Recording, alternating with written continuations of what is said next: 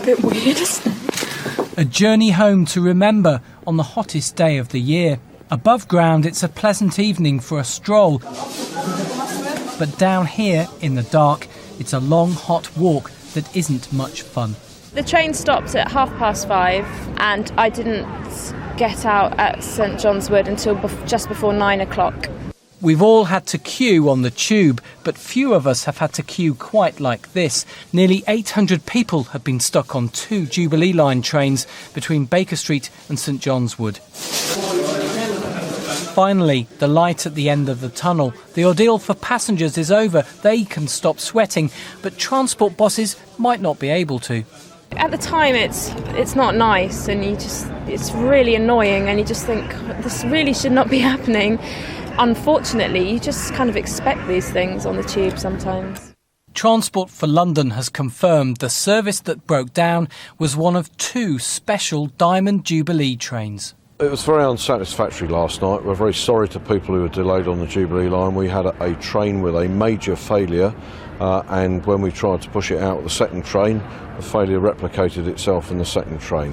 Last night's problems were item number 1 on the agenda at City Hall this morning. Mr Hendy agreeing this has not been a good week for the tube, with various problems on a number of lines. So how will the network cope with the Olympics? What a signal it sends out before the Olympics. That we can't even get our trains right. This is not a third world country. This is a modern metro system, and there's no reason why this should happen. The system's in chaos today. There's lines shut all over the place. And just imagine if it's going to be in August, when you've got all these extra people trying to get to the Olympics. Yes, there's a question about how well the system will perform during the Olympics, and the answer is it won't be perfect, but it will be okay. Like so many others, Jennifer certainly hopes the tube will be at least okay, and that there'll be no need to film this kind of video footage again. Matthew Morris, BBC London News. Well, joining me now is the Managing Director of London Underground, Mike Brown. Mike, thanks very much for joining us tonight. What exactly went wrong last night? Your procedures obviously didn't work, did they? Well, the first thing to say is obviously those people who were stuck in the tunnels, I'm very sorry for that. That's a terrible experience for them, and I very much regret it happened. Actually, this is the first time since we've had these trains, we've had them since the mid-1990s, that this particular fault happened, and the secondary system, which is designed to kick in if a fault should happen, didn't kick in either because it apparently had a fault as well. That's a very unique failure. That does not in any way detract from the experience, of course, people had. We have to do better, and we will. Obviously, with the Olympics only weeks away, this problem obviously can't happen again. What procedures are you putting in place to make sure that it doesn't? Well, we've put a huge amount of effort into improving the reliability of the network. We've actually just finished the year with the best reliability we've ever had on the history of the tube. The tube's 149 years old. Those are our best ever statistics. That's no consolation if people get held up in a delay, but I think it does fundamentally put us in a strong place going into the Olympics. Things are never perfect. On a transport system the size and scale of London, the biggest city by far in Europe and one of the biggest cities in the world, things are never absolutely perfect, but I am confident we're doing a lot of work to ensure that this public transport games, the first public transport games of the modern Olympic era, will deliver a great experience for people in the city this summer. The eyes of the world will be on the capital this summer. It has to work, doesn't it? There's a lot of pressure on you and your team. Well, there is a lot of pressure, but you know, we've done a lot of preparation for this. We've done a huge amount of work. We've got response to incidents now under blue light support from the British Transport Police. We're going to, even before the Olympics, even on the Jubilee Line, we're going to have even more people out there to respond to incidents should they occur. We're going to have more spare parts around, more response capability across the whole of the Jubilee Line and across the whole of the network. And let's be clear, the Olympic Park in Stratford is served by a huge number of lines. It's not just the Jubilee Line, important that it is. All the venues have many lines that get people to the venues, and we will make sure people get to the events and that London keeps working and thriving during the Olympic period as well. Mike Brown, the Transport Commissioner today, Peter Hendy, has admitted that there's a question mark over how the system will perform during the Olympics. That must concern you. Well, look, I think we've got our plans in place. I'm not saying everything is going to be perfect. We are at a good solid foundation, not to detract from the experience people had last night or any other failure that people time to time. But Actually, we are on an improving trend, and we will continue to improve. And even as we face the greatest challenge that we've ever faced in the history of this place, I think we will deliver something that London can be proud of in the summer we have ahead of us. Mike Brown, thanks very much for joining us tonight. Lots more to come, including the hunt for WPC Fletcher's killer. Scotland Yard are to send a team of officers to Libya.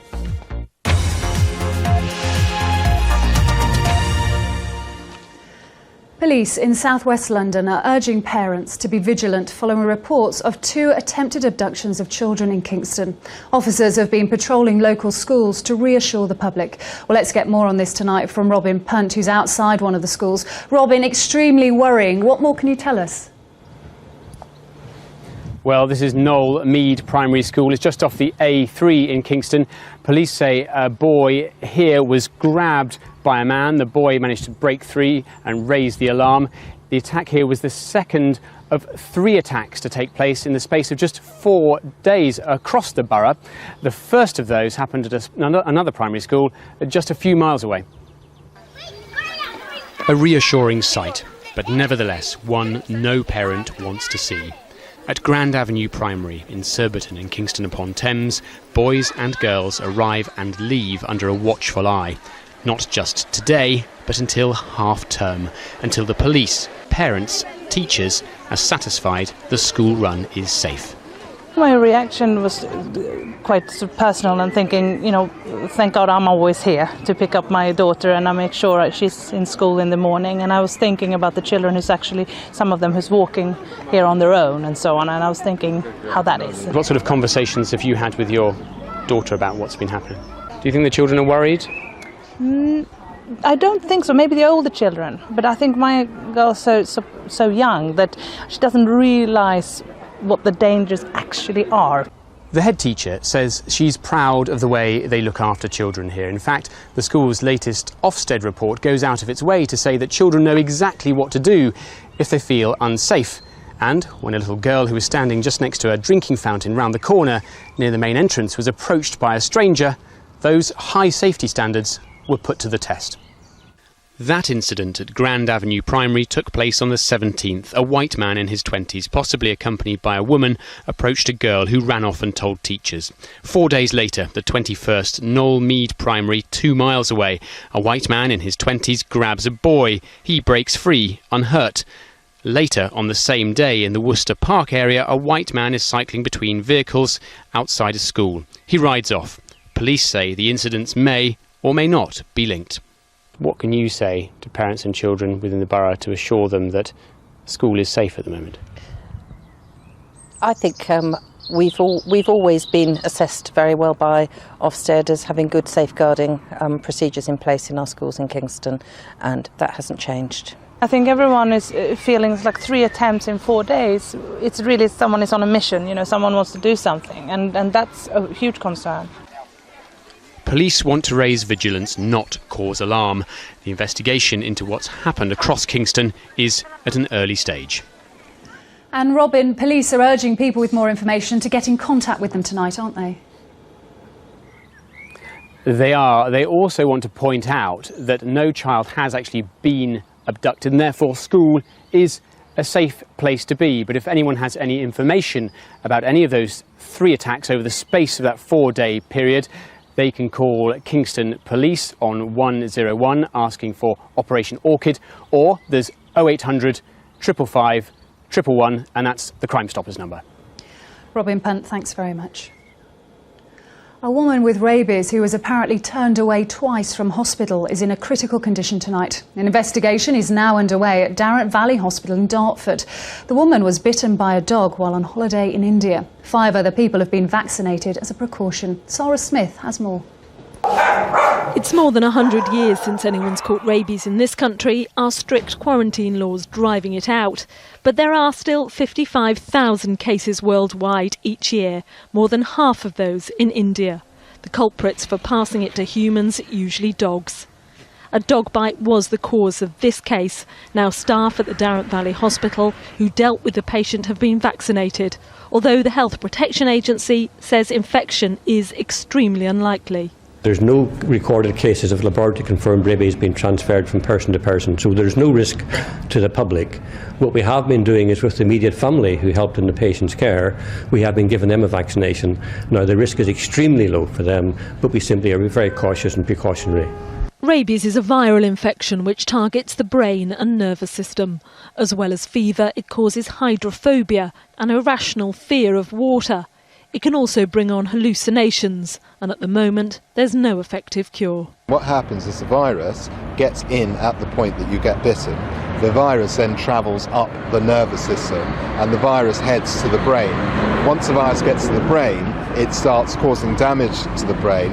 In a statement today, the hospital said that because the UK is rabies-free, unless a patient mentioned that they'd been overseas in a risk country and had perhaps come into contact with an animal, a diagnosis of rabies was unlikely to be considered.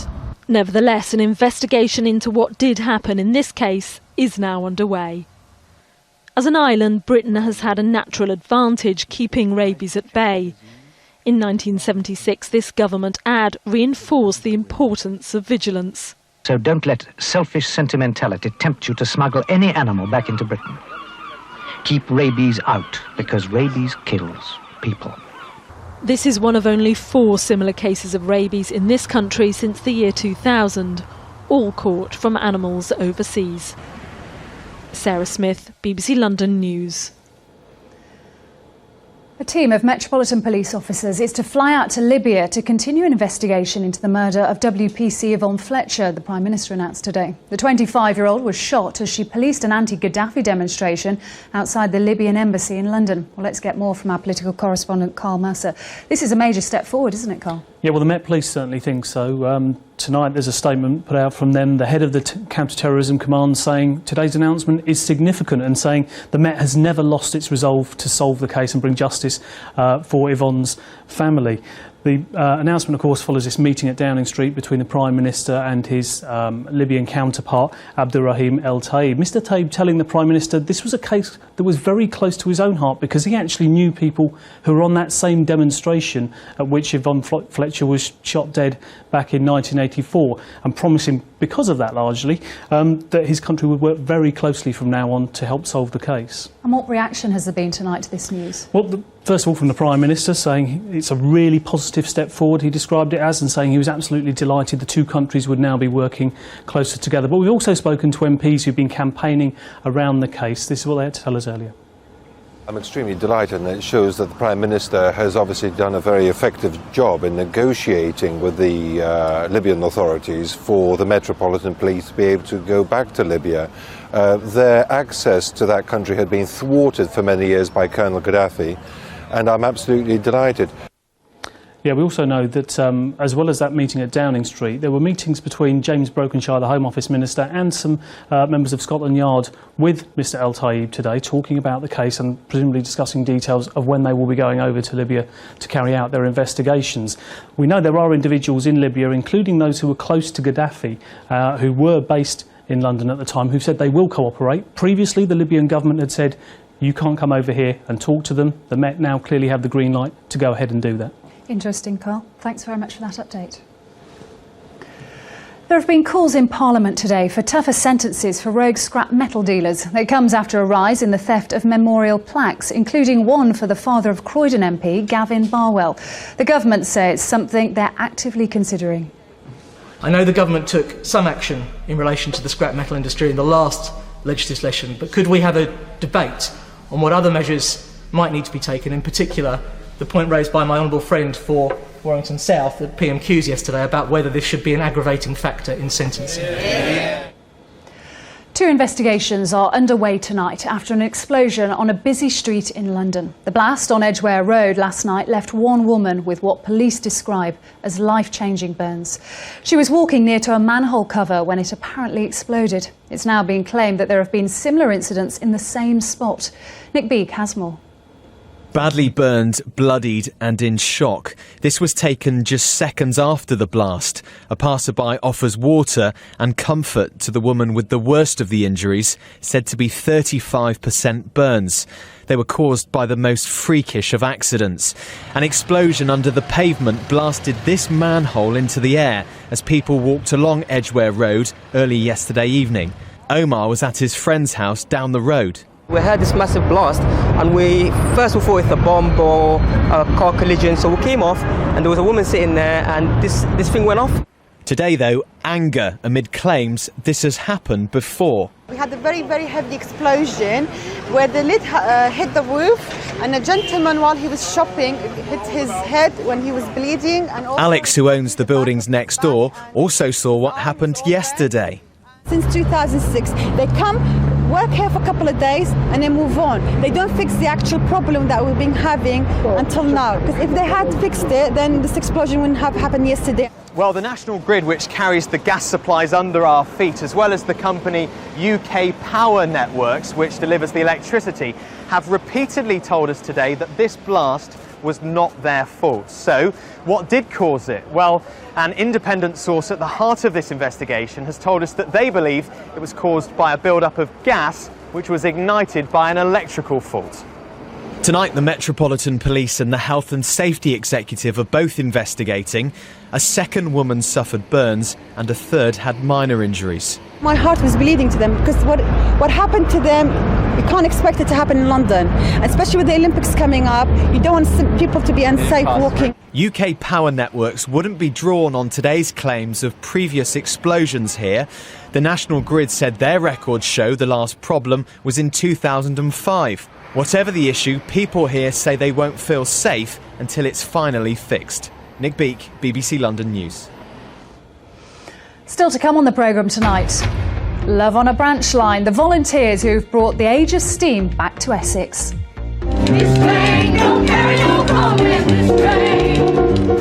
And the power of music, how singing is helping people with Parkinson's cope with their condition.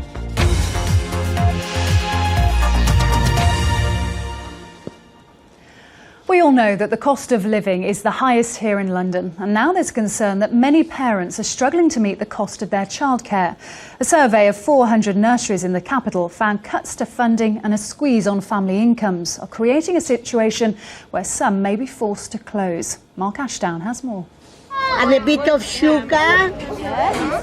These little chefs are happy enough, but for their parents, rising costs are proving hard to digest. It has been really difficult being a single parent and everything. It's kind of hard because it feels like the fees are going up all the time. If I can't find a job that pays more than the fees I have to pay, it's not worth it. And with those fees going up, this survey of 400 childcare providers across London found 44% saying some parents were struggling to pay. And that has worrying implications. I employ 360 people, all Londoners, all living in London, all contributing to the London economy as well. So there is something about, your responsibility as an employer. This is only the top slice so far. There's deep, deep cuts to be made in the future. So I think there are standalone nurseries, especially those in poorer areas of London, are really quite vulnerable. At a typical nursery, a full-time place from 8 a.m. until 6 p.m. costs about £63 a day. For 5 days a week, that's £1,200 every month. Over a year, that's more than £16,000. London has the highest childcare cost in the country and some of the highest childcare costs in the world. And yet the childcare cuts have affected London families more than the rest of the country. The minister responsible addressing childcare providers today, promising help for them and parents. Many, though, now believe London's mayor should take the lead. We've got a big job to do, actually, to deliver the number of free places for 2-year-olds by next year and the year after. So I'll welcome the help of councils and the mayor in making sure that we can really deliver that for parents, because it will really make a difference. Boris Johnson's office says he's pledging 20,000 part-time jobs, all welcome help to parents with increasingly more to juggle. Mark Ashdown, BBC London News. A section of the Central Line, which was closed almost 20 years ago, is to be reopened as a heritage route for steam trains. Volunteers have restored the Epping to Ongar branch at the end of the line in Essex. Yvonne Hall joined the train on its first journey for more than 2 decades. It's a sight some thought they'd never see again. After 55 years, steam engines are pulling trains again between Epping and Ongar. Brilliant historic moment. I think it's brilliant. You've got such lovely views out the window, just you'll brighten anyone's morning. This track used to be the end of the Central Line tube, closed in 1994. Today the 6-mile stretch opened again as a heritage line. Volunteers have spent years fundraising and renovating. We're offering the 3 transport experiences, both the heritage bus right from the front door of Epping Tube Station, takes you to North Weald, where you can then catch a diesel engine or a steam engine to take you in either direction. And so it's really offering people a chance to really step back in time. Well, as well as travelling on these trains, you can also book experiences here in the cab with the driver and the fireman. Epping, here we come. And it's just big boys' toys, you know, you can't get anything better than it. I feel honoured to ask to fire the first train on the line because it's the first time the steam engine's been up here for years and years. The line will be open to the public tomorrow and every weekend and bank holiday. During the Olympics it'll run every day. Yvonne Hall, BBC London News on the Essex Heritage Line. We all know that listening to our favourite piece of music can put a smile on our face, but now a group of people with Parkinson's disease are using music as a form of therapy. Members of the Sing for Joy group say the power of song has dramatically improved their lives and is a lot more powerful than medication. Aisha Baksh went to meet them. George Foster from West London was diagnosed with Parkinson's disease 10 years ago while working as a teacher. He now suffers from uncontrollable shaking, muscle spasms and a weakened voice box. But his love of music and poetry has never left him. At first you don't notice, you think it's just stress that makes your handwriting go a hell of a mess. Then your voice becomes quieter, they can't hear you talk. You choke when you swallow, you lurch when you walk. George is one of several Parkinson's sufferers who make up the choir Sing for Joy. They rehearse at this health centre in Kentish Town and are led by professional jazz singer Carol Grimes. The things that a professional singer and actor have to do to maintain a healthy voice are extremely good for some of the symptoms of Parkinson's. The breathing, the muscle support, expression, all of those things. At the moment, this unique choir gets no funding, something the group's founder hopes will change. My dream now is that this would be rolled out as an NHS part of looking after people with chronic diseases. And for 2 days, this unique choir performed in this unique location, St Pancras Station, next to the statue of poet John Betjeman, who also had Parkinson's. I think it's really, really good for us that we have this kind of performance, getting confidence back, feeling some meaning in your life, getting that sort of inspiration just from what fun it is to be all together and do it. It's just lovely. Very fulfilling, very tiring, I'm absolutely knackered. It really takes out of you singing. So while scientists continue to search for a cure, these Parkinson's sufferers have already found a way to rediscover their own voice. Aisha Baksh, BBC London News. Fantastic. Right, well, let's get a check on the weather. And Peter, another lovely day. The question, is it going to last for the weekend? It was lovely, but a bit too hot for me, Louisa, and it will last into the weekend, but I think I am going to be much happier with the weather because the breeze is going to pick up a wee bit, and that means it is going to feel somewhat fresher everywhere. So not quite as hot, not quite as sticky as today. Heathrow, once again, up to 27 degrees Celsius. A little bit cooler in Southend at 22 degrees. And you can see the cooler colours on the temperature map. And if I run the sequence for the next few days, you can see that cooler air spreading further and further inland. But it's warm enough this evening. Enjoy those sundowners. We keep clear skies overnight tonight. None of that low clouds tonight. However, it is going to be a muggy night. Temperatures just about everywhere staying up in the teens. 15, 16 Celsius, perhaps even higher than that in central London. Tomorrow, lots of strong sunshine all day. We've got this easterly breeze. That's going to air-condition central London, bringing that fresher air right into the heart of the capital. But it will feel fresher everywhere. As you can see from the numbers, it is going to be warmer the further west you happen to be. And I think that will be the case again on Saturday. Lots of sunshine throughout the weekend, but we're looking at temperatures of 22, 23, 24 on Saturday. You'll notice the numbers start to increase again on Sunday. It's all down to the wind direction. That fresh feeling blustery easterly wind Friday, Saturday, a somewhat gentler, warmer southeasterly wind with us on Sunday. Louisa. Sounds good, Pete. The summer's arrived.